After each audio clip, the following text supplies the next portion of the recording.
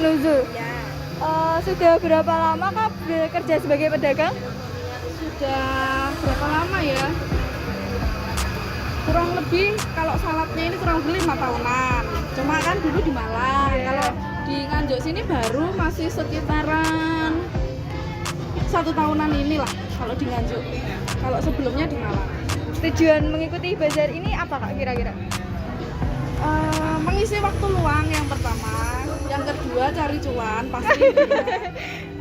Terus ya kalau bisa ya dagangannya ya lari, Amin. biar cuannya dapat banyak. Amin. Itu aja sih. Kalau untuk kendala dalam mempersiapkan bazar kali ini ada nggak Kak kira-kira? Kendalanya kalau yang khusus nggak ada. Kalau secara umum ya kendalanya ya kalau apa yang namanya jualan salad itu kan buahnya harus fresh. Kalau misalkan nggak cepat habis, otomatis kan nanti buahnya kan kalau dipotong-potong kan mengkisut, mencair kan, keluar air. Kendalanya itu aja sih. Jadi kalau bisa kalau misalnya habis potong tuh cepat laku, terus nanti potong lagi, habis potong lagi. Jadi nggak langsung disiapin semuanya. Jadi kan kalau habis baru ngupas lagi. Berarti harus fresh gitu ya Kak? Ya kalau barang apa saja Kak yang dijual, makanan apa saja? Kalau di sini kita jual salad buah sama es buah kocok sama donat. Cuma es buah kocoknya masih prepare, donatnya masih belum datang. Gitu.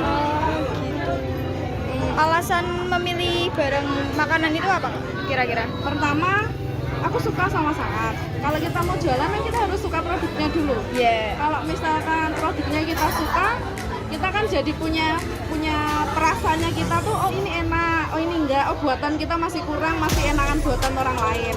Kalau dirasa memang buatan kita itu lebih enak daripada orang lain, bisa dijual, jadi ya jualan. Iya. Kalau untuk proses pembuatannya kira-kira berapa lama Kak?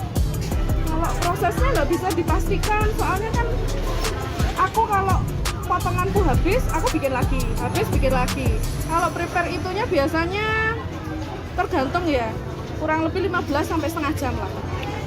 Tergantung berapa banyak buah yang dipotong.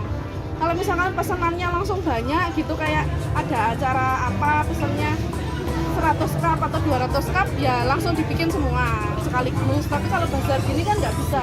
Nah di sini kan nggak ada kulkas, kendalanya itu. Oh iya. Oke, langsung saja kita mulai ya Pak. Oke, Pertanyaan pertama, sudah berapa lama Bapak bekerja sebagai penjual kerajinan tangan? Oke, kita mulai usaha dari tahun sekitar 2015 sampai sekarang 2022. Pertanyaan kedua, apakah ini usaha pertama Bapak? Sebenarnya ini pekerjaan atau usaha tambahan ya. Jadi untuk usaha utamanya kita punya lembaga khusus di Nganjuk juga.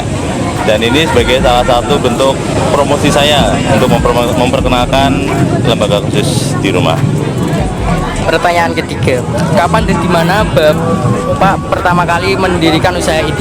Oke, pertama kali ya di Nganjuk juga. Kita belajar dari teman-teman craft di Jogja untuk mulai belajar merangkai beberapa craft ini. Oke, untuk pertanyaan selanjutnya adalah siapa yang membantu Bapak berjualan setiap hari? Oke, untuk berjualan kebetulan kita ambilnya hanya momen-momen bazar saja ya. Jadi kita merupakan melalui bazar-bazar dan pameran. Jadi sementara kita pegang sendiri dan juga dengan teman-teman craft yang lain. Untuk pertanyaan kelima adalah mengapa Anda ingin mendirikan usaha ini dibanding usaha lain? Kenapa saya ambil craft gitu ya? Oke, untuk craft kebetulan dia termasuk benda mati ya. Jadi untuk tingkat kerugiannya sangat minim. Jadi ketika tidak laku di satu pameran, dia masih bisa dijual lagi untuk event-event berikutnya.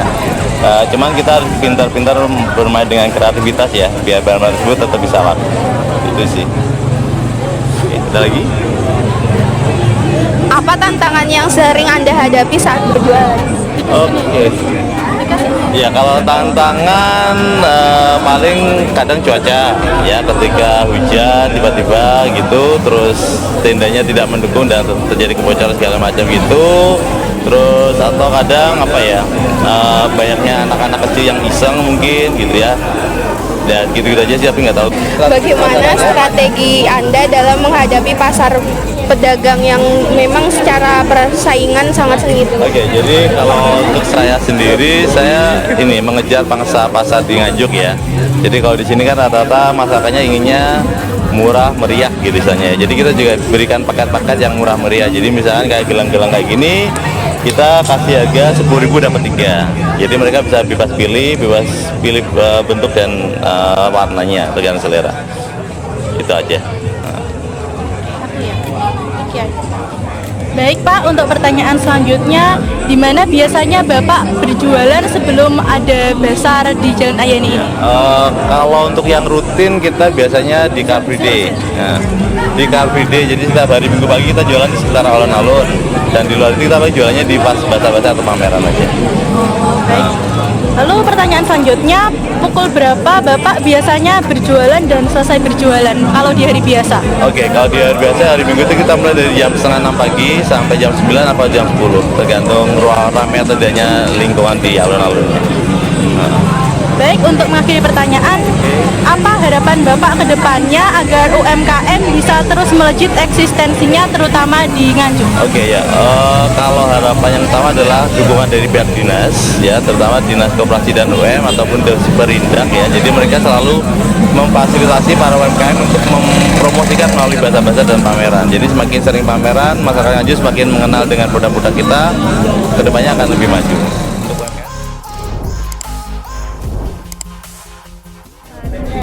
Ibu namanya siapa? Saya Yayu Sirahayu Alamatnya? di Dusun Bulu, Desa Putreng, Kecamatan Sukomoro. Bu, ini saya ada tugas. Nah, kapan sih usahanya ini dimulai?